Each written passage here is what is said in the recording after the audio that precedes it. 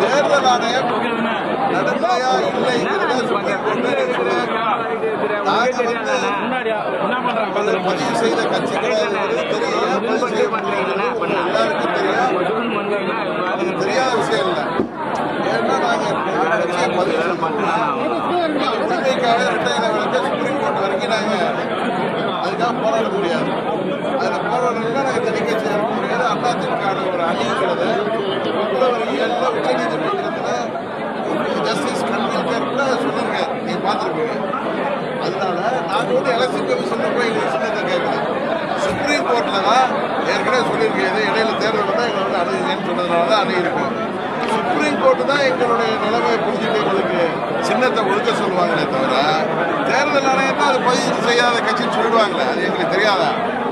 ஆனால் supreme court அன்னைக்கு போன ட்ரிப்பை போன வாரம் வந்தப்ப 15ஆம் தேதி ஆர்டர் போட்டப்ப 25ஆம் தேதிக்கு கேஸை ஒத்தி வச்சுட்டு எலெக்ஷன் கமிஷனோட ஒரு ஆஃபீஸர் அனுப்பி எங்களுக்கு அசிஸ்ட் பண்ணுங்கன்னு தான் சொல்லியிருந்தாங்க.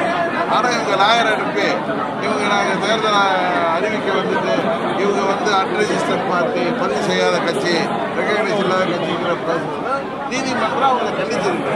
நான் ஒரு ஆஃபீஸரை வர சொன்னேன், நீங்கள் கொடுக்க மாட்டீங்க தெரியும், நாங்கள் கொடுக்குறத பற்றி உங்கள்கிட்ட பேசுறதுக்காக என்ன அசிஸ்ட் பண்ணுறதுக்கு எங்களுக்கு தான் வர சொன்னாங்க.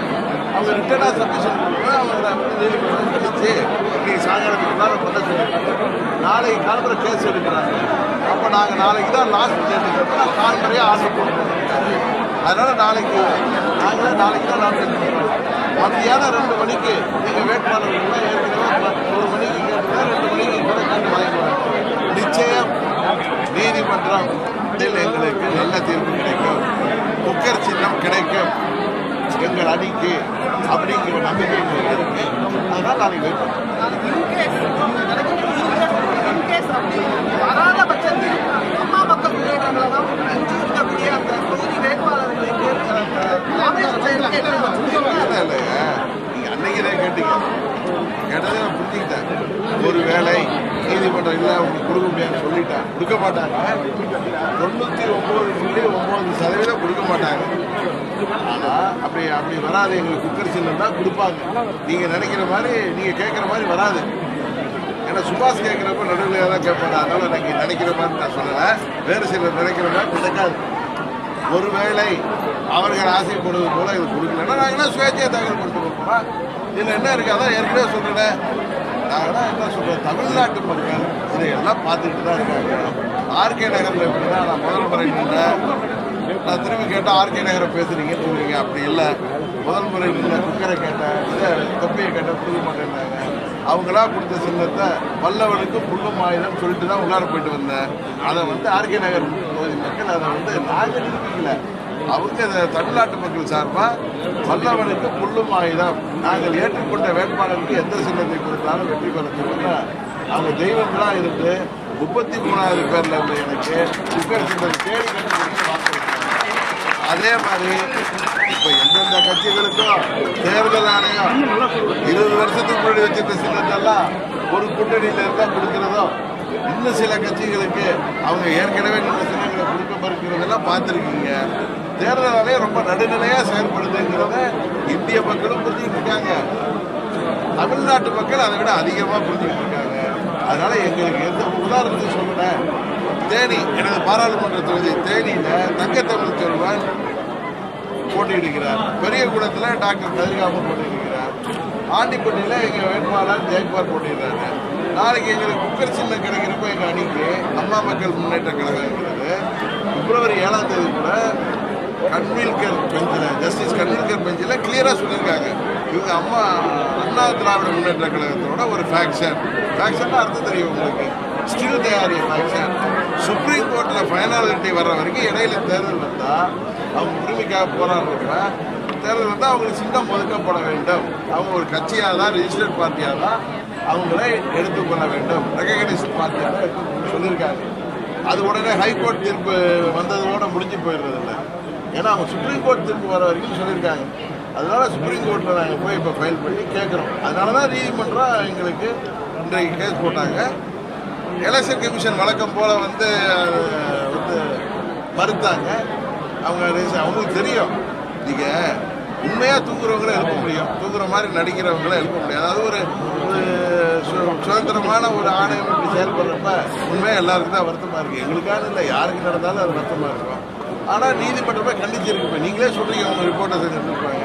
நான் ஒரு ஆஃபீஸரை எங்களுக்கு அசிஸ்ட் பண்ண வர சொன்னால் நீங்கள் ரிட்டர்ன் ஃபைல் பண்ணாமல் நீங்கள் ஆர்கியூ பண்ணுங்கன்னு கேட்டு அவர் 5 மணிக்குள்ளே ஃபைல் பண்ணுங்க. அதனால் நாளைக்கு காலை 10:30 மணிக்கு ஃபஸ்ட்டு கேஸாக எடுக்கிறாங்க. நிச்சயம் எங்களுக்கு குக்கர் சின்னம் எங்கள் அணிக்கு அம்மா மக்கள் முன்னேற்ற கழகத்துக்கு கொடுப்பார்கள் என்ற நம்பிக்கை இருக்கிறது. நீங்கள் சொல்கிற மாதிரி ஒரு வேலை இல்லை என்றால் நாங்கள் வேட்பாளர் அத்தனை பேரும் இன்னொரு ஃபார்ம் வச்சுருக்காங்க, சுயேட்சையாக ஃபைல் பண்ணுவாங்க. இப்போ தங்கத்தமிழ்ச்சொல்லுக்கு ஒரு சின்னமும், பெரியகுளம் கதிர்காமுக்கு ஒரு சின்னமும், ஆண்டிப்பட்டியில் ஜெயக்குமாருக்கு ஒரு சின்னமும் கொடுத்தாலும் மக்கள் சரியாக அதை பார்த்து கரெக்டாக எங்களுக்கு வாக்களிப்பாங்க. இந்த சின்னம் ஒரு சின்னமாக இல்லாததுனால எந்தவித ஒரு ஓட்டு கூட பாதிக்காது. மக்கள் தயாராக இருக்காங்க. அதனால் நீங்கள் யாரும் வருத்தப்பட வேணாம். கொண்டு போய் சேர்க்கறதுல கம்மியாக இருக்கிறதுனால சேர்க்கறது ஏதோ சிரமம். இங்கே எத்தனை 15 நாளில் குக்கர் போய் சேரலையா? அங்கே இல்லை சார், இப்போ முன்ன எலெக்ஷன் நிற்கிறப்ப இதெல்லாம் உங்களுக்கு தெரியாது தான். ஒரு கூட்டணியில் நிற்கிறாங்க. இப்போ திமுக கூட்டணியில் நிற்கிது.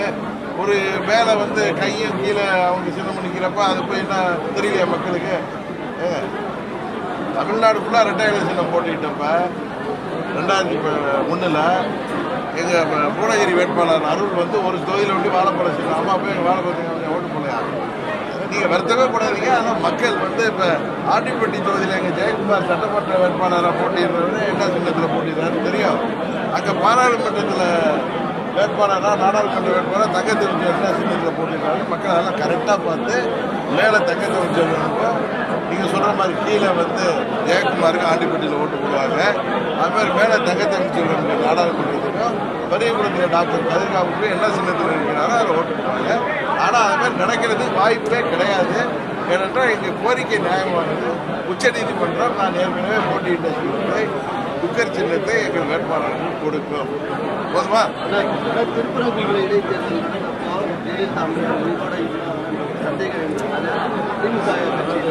அவங்க அந்த டாக்டர் இவர் என்ன வச்சு கொடுக்குறாங்கன்னா ஜட்ஜ்மெண்ட் டாக்டர் பாலாஜி அவர் ஆர்பிசி நேரத்தில் கிளியராக சொல்லியிருக்காரு.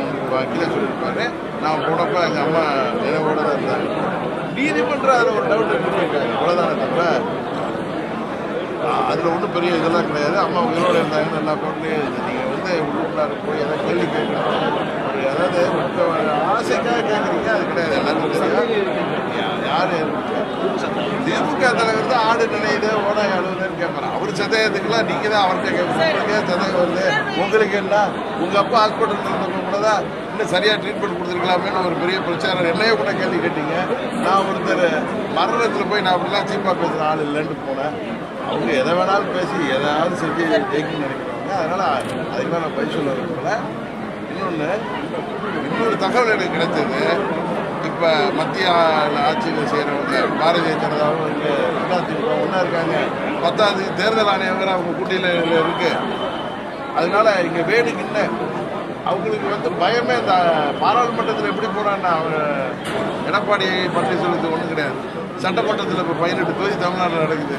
ஒரு 10 தொகுதியில் வேணுக்குன்னு இது அதான் அடிச்சு இதான் அடிச்சு எலெக்ஷன் கமிஷனில் கம்ப்ளைண்ட் கொடுத்து ஒரு 10 தொகுதியை நிறுத்திக்கிட்டு இல்லை ஒரு 15 தொகுதியை நிறுத்திக்கிட்டு திருப்பரங்குன்றம் இந்த மற்ற அரவக்குறிச்சி ஒட்டப்பிடாரத்தெல்லாம் மே மாதத்தில் கூட தேர்தல் வச்சு அதோட கூட்டு போய் மறுபடியும் ஏதாவது தில்லுமுள்ளு செய்யலாமான்னு பார்க்குறாங்கங்க. என்ன செஞ்சாலும் எத்தனை ஒரு லாரியாக போய் பணத்தை இறங்கினாலும் அவங்களாம் மக்கள் ஜெயிக்க விட மாட்டாங்க. அதை நீங்கள் தயவு செய்து ஊடகத்தில் உங்களுக்கு யாரும் ஜெயிக்கணுங்கிற விருப்பம் இருக்கலாம். அது உங்களுடைய தனிப்பட்ட விருப்பம். நீங்கள் யாருக்குன்னா வாக்களிக்கலாம்.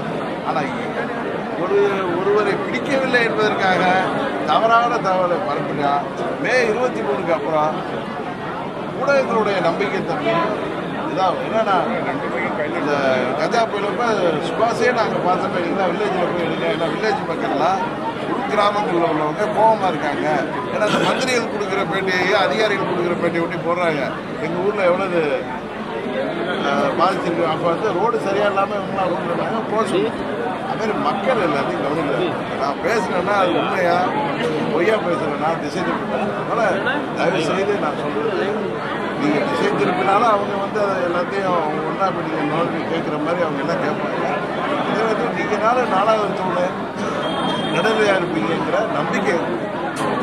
சார், திருநெல்வேலி பாராளுமன்ற தொகுதியினுடைய வேட்பாளர் வந்து மாற்றம் செய்யப்பட்டார். அதுக்கான காரணம் மனோஜ் பாண்டியன் வந்து நிற்கிறாருன்றது, அதனால மாற்றி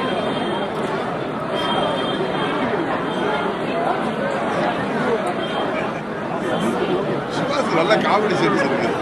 அதாவது அவர் வந்து ஞானமணி அவர்கள் தான் கேட்டார். ஏற்கனவே நான் வந்து ஒரு வைக்கல் ராயப்பன் நிர்வாகிகள் எல்லாருமே நானுமே விருப்பப்பட்டேன். அவர் வந்து சட்டமன்ற பொதுத் தேர்தலில் நிற்கிறது தான் அவர் விருப்பம் கேட்டிருக்காங்க. அதனால் எங்கள் திருநெல்வேலி புறநகர் மாவட்ட சிறுபான்மை பிரிவு செயலாளர் அருள் ஞானமணி அவர் விருப்பப்பட்டார். அவரை நிறுத்தினோம். அவருடைய உடல்நிலை ஒத்துழைக்காத காரணத்தினால நேற்று இரவு தான் அவர் வந்து அங்கே அமைப்பு செயலாளர்கிட்ட மண்டல பொறுப்பாளர்கிட்ட சொல்லியிருக்காரு. நான் நேற்று அப்படி பேசினேன். அதனால் என்ன நீங்கள் ஜீப்பில் போய் ஓட்டு கேளுங்க. அவர் வந்து அந்த உடல்நிலை காரணம் சொல்லி வேணாங்கன்னு சொன்னார். அவருக்கு பதில் அவர் மகளை நிறுத்த கூட தயாராக இருந்தார். பட் அவங்க மெட்ராஸில் டாக்டராக இருக்காங்க. அவங்க வந்து 3 மாத குழந்தை இருக்குது, அதை போய் வேணாம்னு நாங்கள் சொல்லிட்டு இவரை நாங்கள் வந்து நீங்கள் நிற்கணும்னு கேட்டது. இதில் வேற பெரிய சிங்கம் முடி நிற்கிறதுலாம் கிடையாது. அங்கே யார் பண்ணால் எங்களுக்கு என்ன இருக்குது, அது அதிமுக வேட்பாளரை பற்றி நாங்கள் கவலைப்படுறதே இல்லை. அதனால் அது மாதிரிலாம் நீங்களாம் அவங்களுக்கு உள்ள கொடுக்காது யாருக்கும். காரணம் இதான், அதான் உண்மையான காரணம். இதை நீங்கள் எப்படி புரிஞ்சுக்கணும்? அவர் முதல் நாள் இரவு எங்கள் மண்டல பொறுப்பாளர் அமைப்பு கடம்பூர் ராஜாட்ட போய் பார்த்து சொல்லியிருக்காரு, எனக்கு வந்து உடல்நிலை ஒத்துழைக்கல அப்படின்னு சொன்னதுனால என் மகள் இருக்கிறேன், சென்னையில் இருக்கிறேன். நாங்கள் அதை வேணாம் நான் 3 மாதம் என் மகள் ஒரு மருத்துவர், அதனால நீங்கள் தான் பொறுப்பில் இருக்கீங்க அப்படின்னு சொல்லிட்டு நான் அப்புறம் இவரை கூப்பிட்டு நேற்று நான் காலம்பரே பார்த்து சொல்லி இவரை போட்டு இவரை நீங்கள் அது மாதிரி இல்லை, நீங்கள் நினைக்கிற மாதிரி ஆங்கில திங்க் பண்ணுறது. ஹாட் சினிமா அப்டேட்ஸ் உங்களுக்கு தெரிஞ்சுக்கணும்னா உடனே நம்மளுடைய ஃபன் அட் வீடியோவை லைக் பண்ணுங்க, ஷேர் பண்ணுங்க, கமெண்ட் பண்ணுங்க, மறக்காம சேனலை சப்ஸ்கிரைப் பண்ணுங்க.